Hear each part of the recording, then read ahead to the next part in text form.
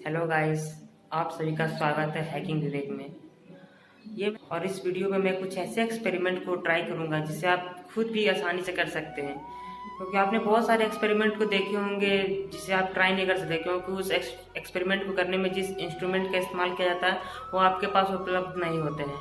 आज हम इस एक्सपेरिमेंट में इस अर्थ जिसमें हम खुद रहते हैं उसके रेडियस को फाइंड करने का प्रयास करेंगे। आप में से बहुत लोग सोच रहे हो क्या मैं इंची टेप लेके अथवा फीता लेके उसे नापने का कोशिश करूंगा। नहीं नहीं, आप बिल्कुल ही गलत समझ रहे हैं।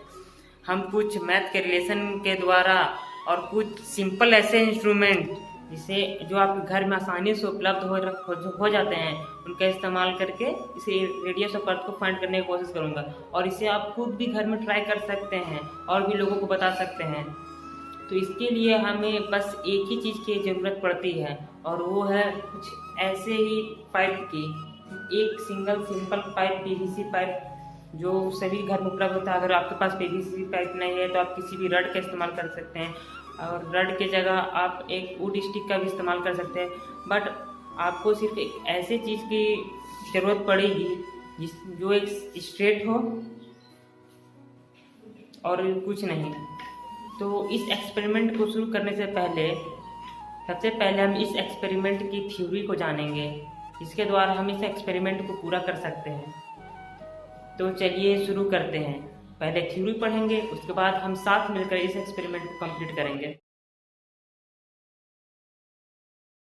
ये अर्थ सरफेस है और अर्थ सरफेस पर दो छड़ी AB और CD समान लंबाई की छड़ी को परपेंडिकुलर खड़ी की गई है। हम जानते हैं कि सूर्य की किरणें इन्फिनिटी से अर्थ सरफेस पर आती है। जब परपेंडिकुलर अर्थ सरफेस पर छड़ी को खड़ा किया जाएगा तो सूर्य की किरणों के कारण इस छड़ी की एक परछाई बनेगी और वो सूर्य की किरणें अल्फा एंगल से इस छड़ी से टकराएगी और यहाँ पर एक परछाई का निर्माण करेगी। उसी प्रकार ये बीटा एंगल से इस छड़ी से टकराएगी और यहाँ पर एक परछाई का निर्माण करेगी। क्योंकि दोनों छड़ी की लंबाई सेम है और ये अर्थ सरफेस फ्लैट है, इसीलिए अल्फा बीटा के बराबर हो जाएगा। और यहाँ पर हम BD की दो छड़ी के बीच की दूरी अर्थात BD की लंबाई x लेते हैं, लेकिन हम वास्तव में जानते हैं कि अर्थ सरफेस फ्लैट ना होकर के कर्व है इस प्रकार से।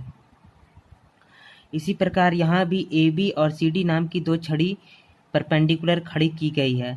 जो यहाँ पर जब परपेंडिकुलर से खड़ी की गई तो AB का हाइट अधिक हो गया और CD का हाइट कम हो गया।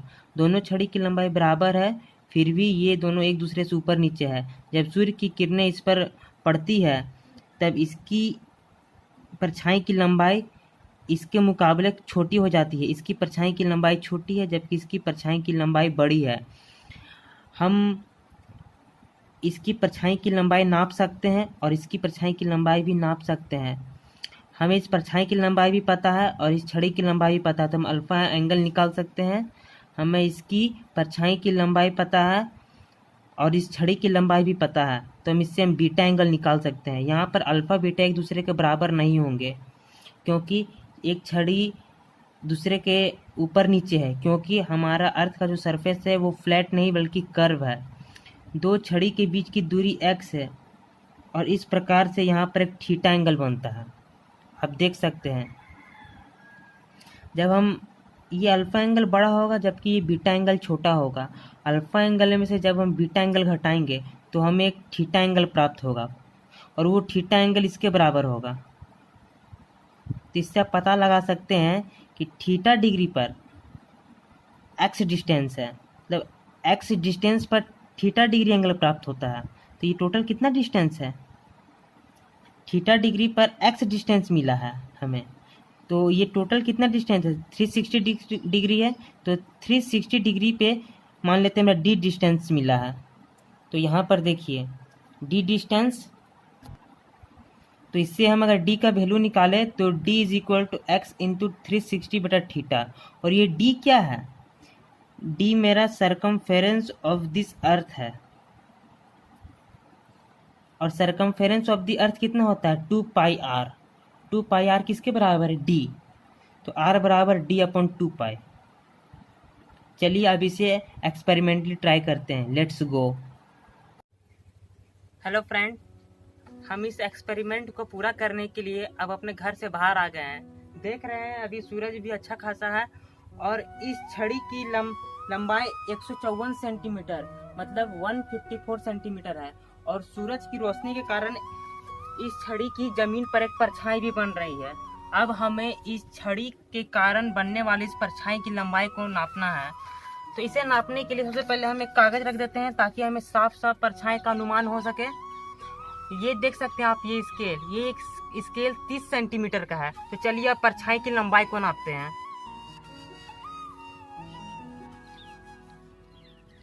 यहाँ तक तो ये 30 सेंटीमीटर हो गया है और यहाँ से यहाँ ये 1 सेंटीमीटर है।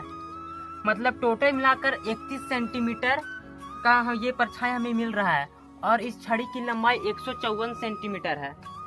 तो दोस्तों, हमने हमारी छड़ी की लंबाई जो कि 154 सेंटीमीटर है उसके कारण बनने वाली परछाई की लंबाई को नाप लिया है जो 31 सेंटीमीटर है। तो एक हमारा दोस्त जो कि यहाँ से 965 किलोमीटर दूर है उसके पास भी इसी लंबाई की छड़ी है। तो चलिए उसे कॉल लगाकर पूछते हैं कि वहाँ पर परछाई की लंबाई कितनी है।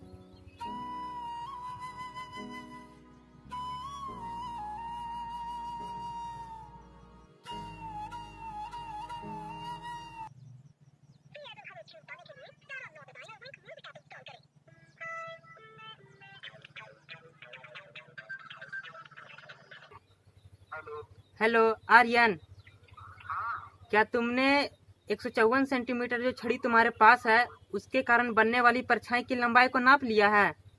हाँ, कितनी है? उसकी लंबाई 54 सेंटीमीटर है। 54 मतलब 54 सेंटीमीटर। हाँ, थैंक यू।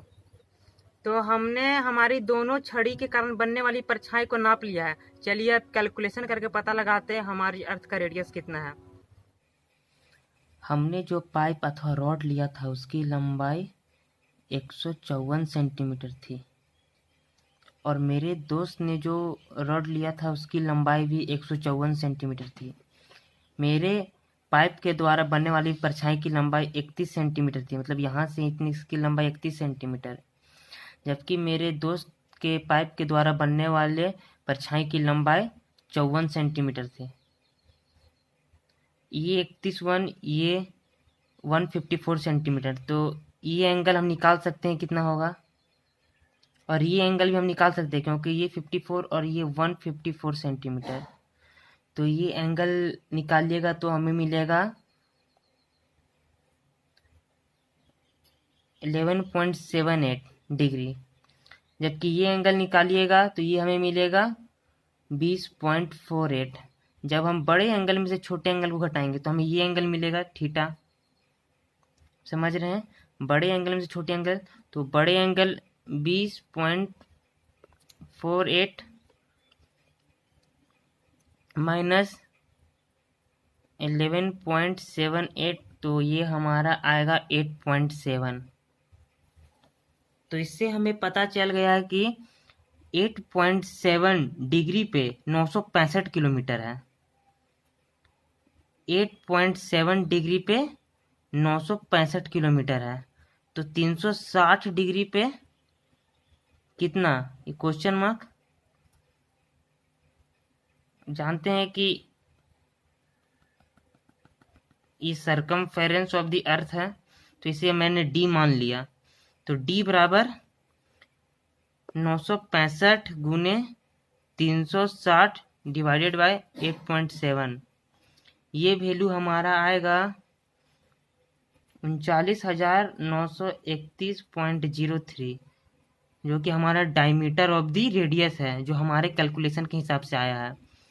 परंतु अगर इसे हम गूगल में पता करते हैं तो ये वास्तविक में 40,075 किलोमीटर आता है।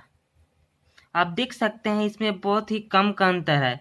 इस नंबर को लाने के लिए वैज्ञानिकों ने कितने अधिक एडवांस इंस्ट्रूमेंट का इस्तेमाल किया है और ना जाने कितने दिनों में इस नंबर को उन्होंने फाइंड किया है, किंतु हमने आसानी से कुछ गणित के नियम और परछाई की सहायता से इस नंबर को फाइंड कर लिया है। परंतु ये तो डायमीटर ऑफ द अर्थ है, लेकिन हमें रेडियस ऑफ द अर्थ चाहिए।